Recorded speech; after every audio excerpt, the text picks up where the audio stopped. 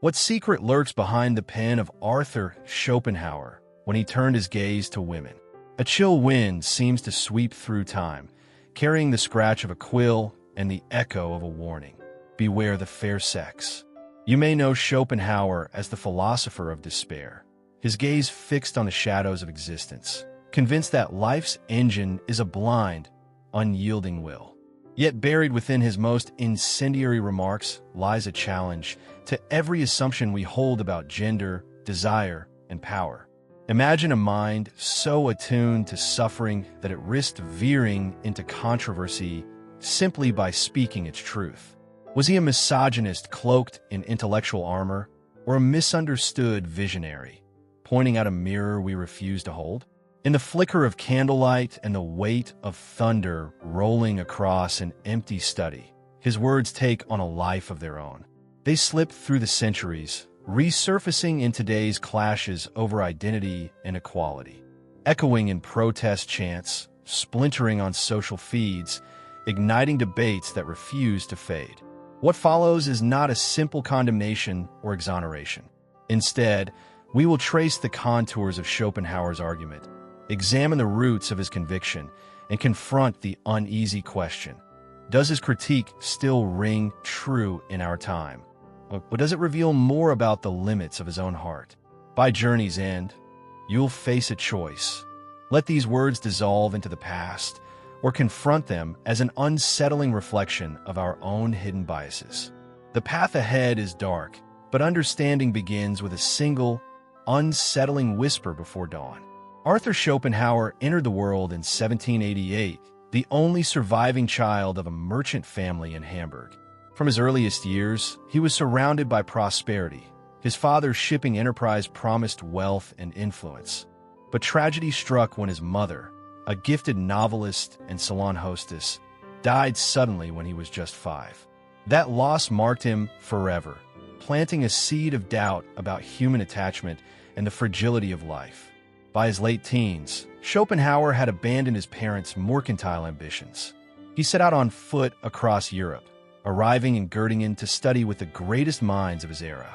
There, amidst the candlelit lecture halls, he encountered Kant's philosophy, a rigorous critique of reason that shattered comfortable certainties.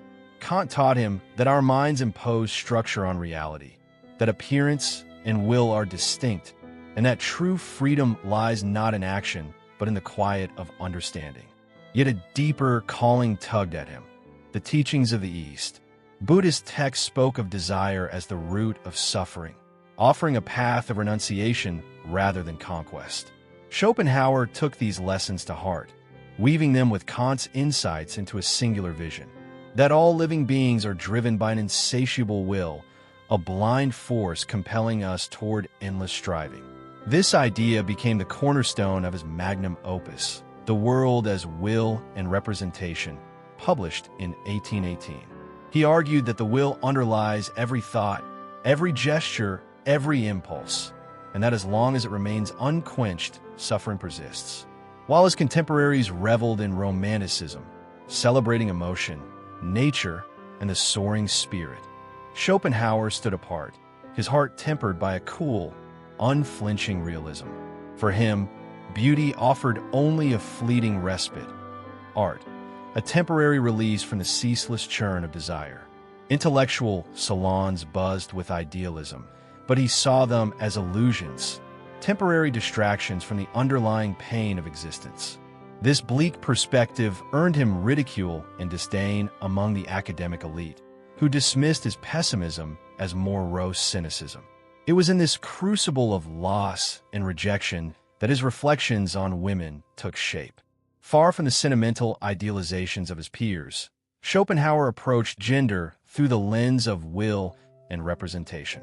He perceived women as bound more tightly to the will, to the biological imperative of reproduction and social harmony, while men, he believed, could aspire to transcendence through intellectual labor and solitude. In his view, the feminine mind was formed by necessity rather than by the disinterested contemplation that art and philosophy require. Over decades of correspondence and revision, he sharpened these ideas into aphorisms that bruise the modern ear. Yet to dismiss them as mere bitterness would be to misunderstand their origin. They arise from a consistent metaphysical system, one that begins with the loss of his mother, travels through Kant's critique, and merges with Buddhist renunciation. His stark assessments of gender emerge not from casual insult, but from an unwavering conviction that all life is defined by a common struggle against the tyranny of desire. To comprehend the full force of his message, we must first feel the weight of his world, a world sculpted by grief, honed by philosophy, and cooled by Eastern calm. This historical context reveals a thinker motivated not by malice, but by an unrelenting search for truth in a universe he saw as fundamentally hostile to happiness. Only then can we approach his most controversial pronouncements with the depth and nuance they demand. Now that we've walked the corridors of Schopenhauer's mind, it's time to confront the language he used when he turned his gaze toward women. In his essay on women, he writes with a razor's edge, "Women are by nature meant not to be loved, but to be endured." He goes on to claim that they are instinctive rather than rational, governed by the demands of appearance, and lacking in the inner strength needed to withstand the world's suffering. These aren't casual slights tossed off in passing. They arrive rehearsed, honed, and unapologetic. Schopenhauer calls femininity a mask, a representation fashioned to seduce the male will, ensuring that life's driving force continues unbroken through new generations. Beauty is the bait which with delight lures man to surrender himself unreservedly to the lure. He warns, suggesting that women wield their looks as weapons in a ceaseless struggle for reproductive triumph. To hear these claims without context can feel like a punch to the gut. So we pause here in the narrative. Let the words hang in midair. To a woman, all that is noble in man appears unworthy, and all that is base, impressive. We pair the original German phrasing with modern English subtitles, setting each phrase against a still shot of his handwritten notebooks, ink blotches and margin notes glinting like cryptic runes. But what do contemporary thinkers make of this? A feminist scholar reminds us that Schopenhauer's prose mirrors the gender norms of his era, when women were legally and socially confined to the domestic sphere. A historian of ideas points out the recurring metaphor of will and representation. For him, women embody representation at its most potent, but remain bound by the will cycles. A cultural critic notes the persistence of the same tropes, appearance as power, emotion as weakness, in today's media. Still, we must ask, was Schopenhauer simply parroting his time's prejudices, or did he believe he'd uncovered an essential truth? The forensic dissection of his rhetoric reveals a pattern. First, he establishes a stark binary: man as thinker, woman as felt. Next, he underscores it with vivid examples. One sees how women, while shrieking out the pains of childbirth, forget them the moment the act of procreation is complete. Finally, he layers on hyperbole, describing women as the angels of the night, comforting us with their smiles, only to leave us abandoned at dawn. This triad, binary framing, illustrative anecdote, hyperbolic flourish, becomes his signature move. Each brushstroke designed to shock, to provoke, to stir doubt. And yet, stripped to its bones, the argument is unsettlingly coherent. If all life springs from will, and will produces suffering, then any being most tied to biological reproduction must be deepest in servitude to both. By the close of this section, you have the unvarnished text before you. No euphemisms, no omissions. You understand his methodology, the deliberate building of a case that casts women as the ultimate expression of will's unrelenting force. But you also sense the tension in his logic, the spaces where personal bias seeps in a philosophical proclamation. These are the words that ripple through history and today. They demand our scrutiny not because we seek to judge Schopenhauer the man, but because we must confront the ideas themselves.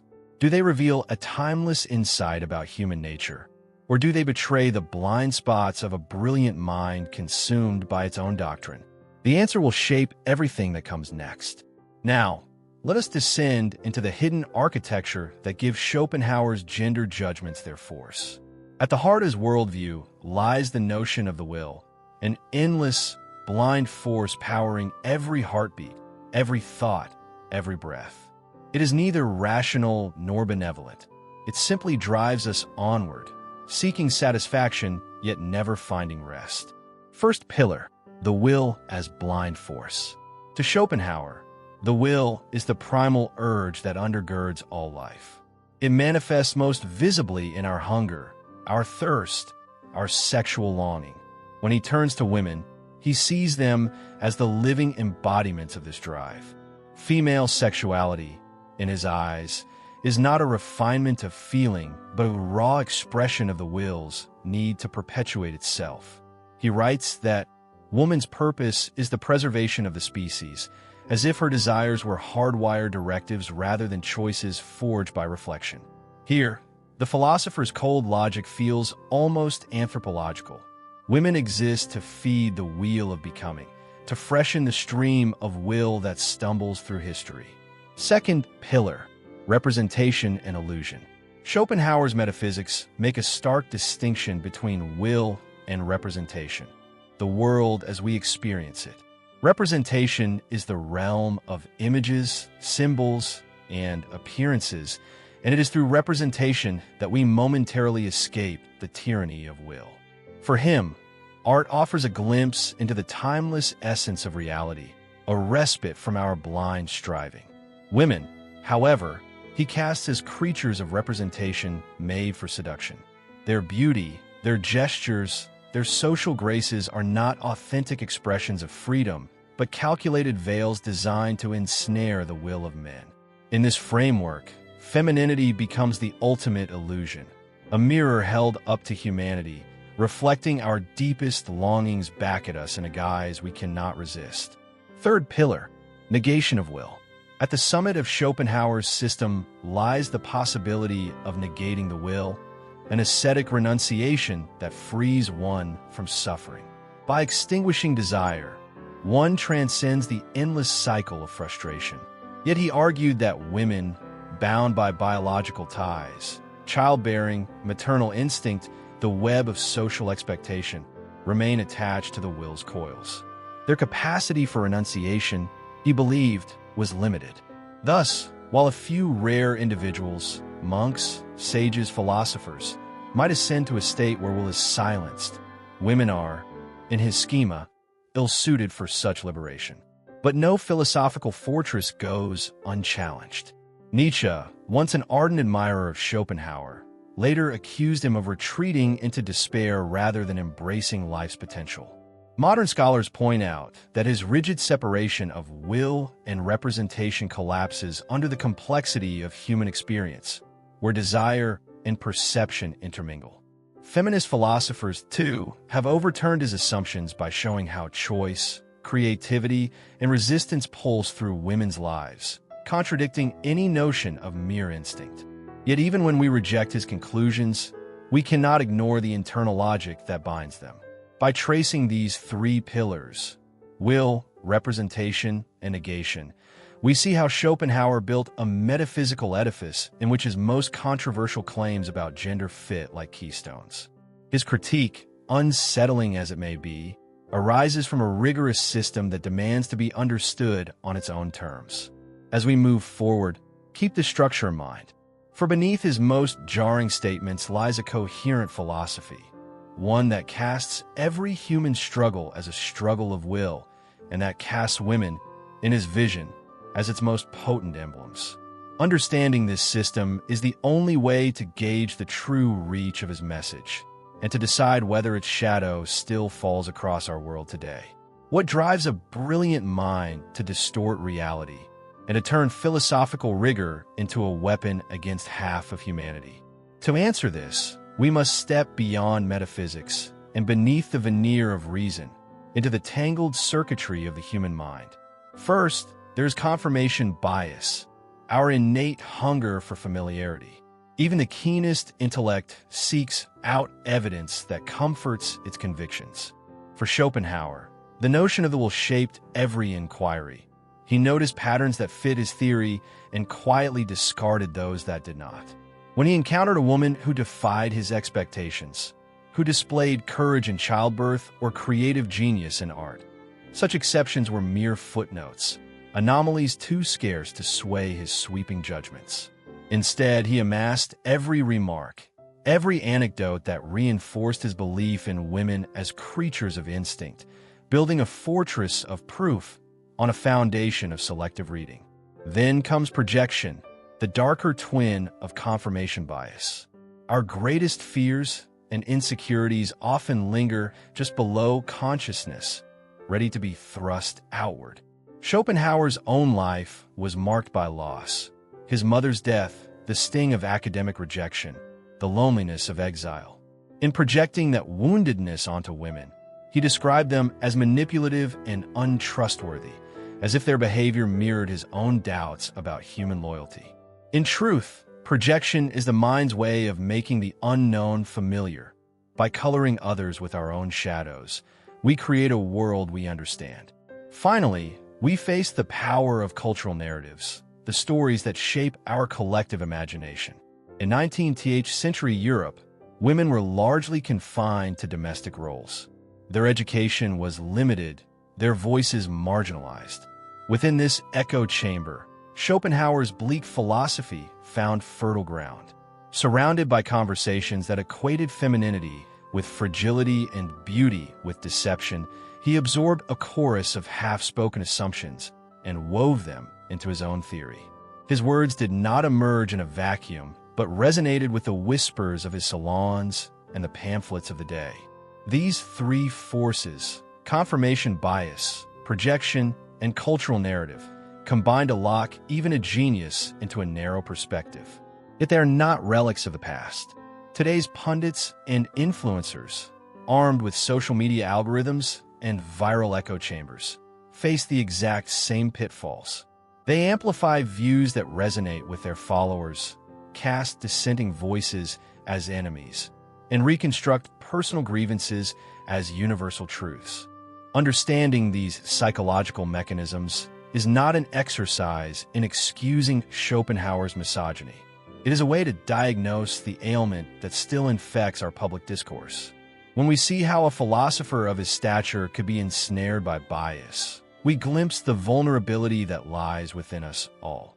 By tracing these mental loops, we prepare to follow the ripple effects of his ideas, and to ask how a single mind's distortion can echo through history, shaping everything from political movements to cultural stereotypes.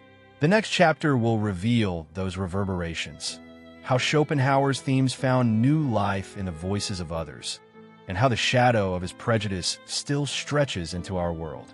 The seeds of Schopenhauer's gendered pessimism did not wither with his death. They sprouted into new soils, carried by voices that found in his words both justification and inspiration. In the years after World War I, a wave of conservative intellectuals seized on his portrayal of women as biologically bound creatures of instinct. Pamphlets circulated in British drawing rooms and German coffee houses, invoking his metaphor to argue that female ambition threatened the moral fabric of society. One 1922 anti-suffrage tract even opened with his aphorism, "Woman, by nature, serves only to perpetuate the will," a quotation wielded as a warning against granting women the vote. Yet resistance emerged almost as swiftly. In Paris and New York, early feminist journals published scathing rebuttals. A 1925 edition of La Voix de Femmes reprinted Schopenhauer's passages side by side with counter-essays affirming that women's political engagement embodied precisely the strength and rationality he denied them. He turned his gaze inward, wrote Simone de Clermont, but he never looked beyond his own pain.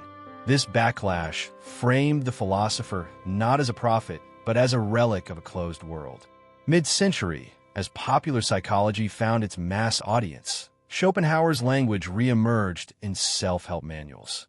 A best-selling 1958 guide, Mastering Your Will, repackaged his ideas under the guise of personal empowerment, advising men to recognize women's instinctive maneuverings and to steel themselves against emotional manipulation. Its author, a charismatic seminar leader, urged readers to chart the rivers of desire that course through every human heart, echoing Schopenhauer's thesis that will underlies every thought. By the 1980s, right-wing agitators in Europe had woven his pessimism into nationalist rhetoric. Pamphleteers accused feminist movements of undermining the natural order, quoting his claim that women's primary role was household preservation of the species. College campuses became battlegrounds, students unfurling banners that read not with slogans of liberation, but with lines lifted directly from 19th century tracts. Today, the echo persists in subtler forms. Social media influencers package his contempt as edgy humor. Viral memes mocking female reasoning that trace their lineage back to the same binary framing he devised. Yet even amid these distortions, some voices reclaim his language for liberation. Podcasts on philosophical history dissect his misogyny, inviting listeners to critique the wool paradigm and to forge new metaphors of agency. Historians and media analysts remind us that ideas, once unleashed, follow paths of their own making. Schopenhauer's reflections on women, born of personal grief and rigorous metaphysics, have rippled through a century of cultural conflict, amplified by echo chambers, repackaged for every era's anxieties. The urgency is clear. No belief remains dormant. Every argument, however arcane, can be weaponized or illuminated.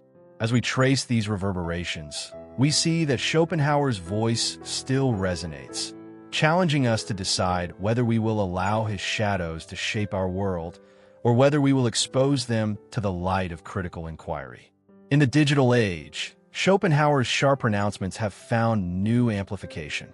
Headlines scream of female instinct and emotional manipulation, repackaging his 19th century metaphors as clickbait, promising readers that women's motives could be decoded like a puzzle to be conquered. Such sensationalism recalls his claim that beauty is bait, yet now it fuels ad revenue and shares rather than philosophical debate. Beneath the noise, social media algorithms do the rest.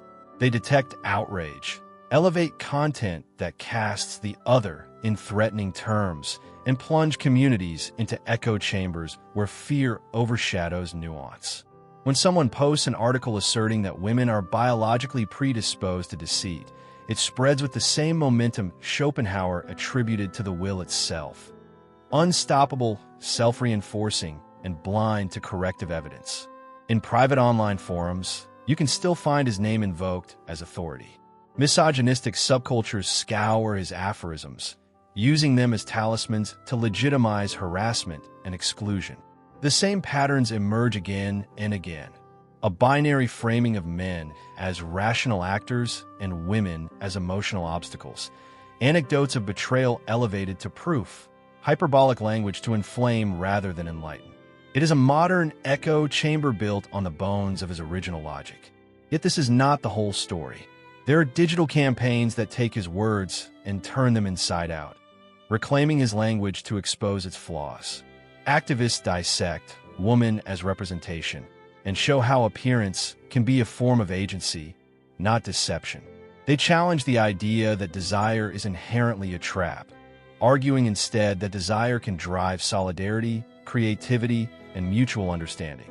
Through essays, podcasts, and interactive discussions, they convert a weaponized doctrine into a toolkit for empathy and consent. The tension is palpable. On one side, voices insisting that female ambition is a threat to social order. On the other, a rising chorus affirming that ambition, partnership, and vulnerability can coexist. Each argument traces its ancestry back to the same philosophical framework and reveals how ideas born in isolation can warp through networks, gaining new life in each retelling. Confronting these modern iterations of Schopenhauer's thought forces us to ask, how often do we accept simplified binaries to make sense of complex relationships? How readily do we dismiss counterexamples as anomalies, rather than opportunities for deeper understanding? His appeal today lies not in the truth of his statements, but in their convenience for those seeking scapegoats. Ultimately, this mirror reveals our own complicity. Whether we consume a viral meme or share an outrage-driven headline, We participate in the same cycles of confirmation bias and projection that shaped Schopenhauer's views. Recognizing this pattern is the first step toward breaking it. By demanding nuance, interrogating assumptions, and amplifying voices that challenge simplistic narratives, we can transform a 19th century Jeremiad into a 21st century call for critical empathy. In doing so, we honor the rigor of genuine inquiry, confronting uncomfortable ideas, but refusing to let them harden into unchallenged dogma. The question remains, will we continue to echo the shadows of a long-dead philosopher, or will we shine a light that reveals the full spectrum of human possibility? In the silence that follows our exploration, the study we first entered by candlelight now feels transformed by the soft glow of dawn, an emblem of renewal after long night. We've traced every contour of Schopenhauer's message on women, mapped the architecture of his metaphysics, probed the psychological fractures that shaped his bias, and watched his words echo through history into our present. Yet here, at the journey's end, we step back from despair and ask, what lies beyond the shadows he revealed? Schopenhauer himself, in moments of rare compassion, spoke of pity as the basis for ethics, an impulse that interrupts the will's relentless surge. If the same philosopher who described women as servants of necessity could also affirm humanity's capacity for empathy, then perhaps his darkest pronouncements carry within them a key to our liberation. Critical self-examination, the willingness to confront our own motivations, to see how desire twists perception, is the first act of renunciation he prized. By naming our blind spots, we loosen the will's grip and open a space where understanding can take root. Imagine dialogues where difference is not weaponized, but welcomed. Intergenerational circles in which young women share stories of resilience, elders listen without judgment, and men acknowledge both privilege and pain. Picture collaborative art projects that transform personal narratives of suffering into collective tapestries, weaving threads of vulnerability and strength. In these moments, desire shifts from a force of division to a bridge of connection. This is not naive optimism. It is the logical extension of the very system Schopenhauer devised. If we can negate the will, if we can quiet the restless engine of craving, then we can move beyond antagonism and toward compassion. His prescription for transcendence becomes, in our hands, a call to active kindness rather than passive resignation. So we leave you with a question as resonant as the one we began with. If a philosopher famed for his pessimism could uncover the hidden biases within us, can we use that same clarity to dismantle barriers and nurture empathy across every divide? The dawn that finally breaks in this study reminds us that awareness precedes change. Our task now is to carry the light beyond these walls, into our conversations, our communities, and our own reflections. In that shared brightness, perhaps we will discover that even a deep well of pessimism can yield the water of possibility, and that by facing our shadows, we can learn to honor the full spectrum of human experience.